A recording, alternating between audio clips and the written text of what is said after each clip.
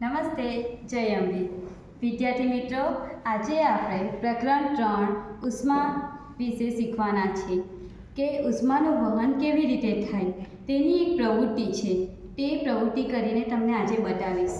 પ્રવૃત્તિનું નામ છે ધાતુમાં થતું ઉષ્માનું વહન. એના માટે આપણને સાધન જોઈશે એલ્યુમિનિયમ કે લોખંડનો સળિયો અને મીણબત્તી. ચાલો એની પદ્ધતિ જોઈએ. આપણે સૌપ્રથમ આપણે 2 ઈંટ લઈશું. ઈંટની વચ્ચે આપણે તાંબાનો એલ્યુમિનિયમનો કે પછી લોખંડનો સળિયો લઈ શકીએ. એની ઉપર મીણબત્તી અને ટાંકણીથી 1 એકમ સુધીના અંતરે ટાંકણી આપણે લગાવી છે.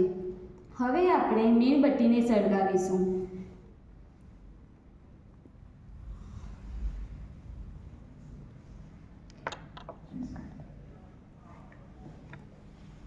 મીણબત્તી જ્યારે આપણે સળગાવી ત્યારે ધાતુનો સળિયો ધીમે ધીમે ગરમ થશે.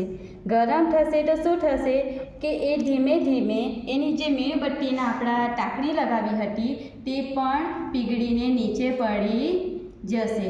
એના પરથી આપણને અવલોકન મળે છે કે ધાતુના સળિયાના મીણબત્તી તરફના છેડાથી નજીકમાં મીણના ટુકડા નીચે પડવા શરૂ થાય છે.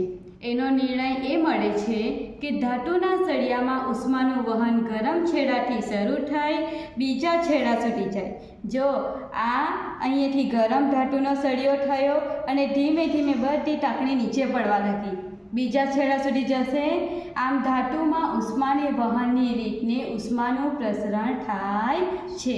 તેને ઉષ્મા વહન કહે છે. Thank you.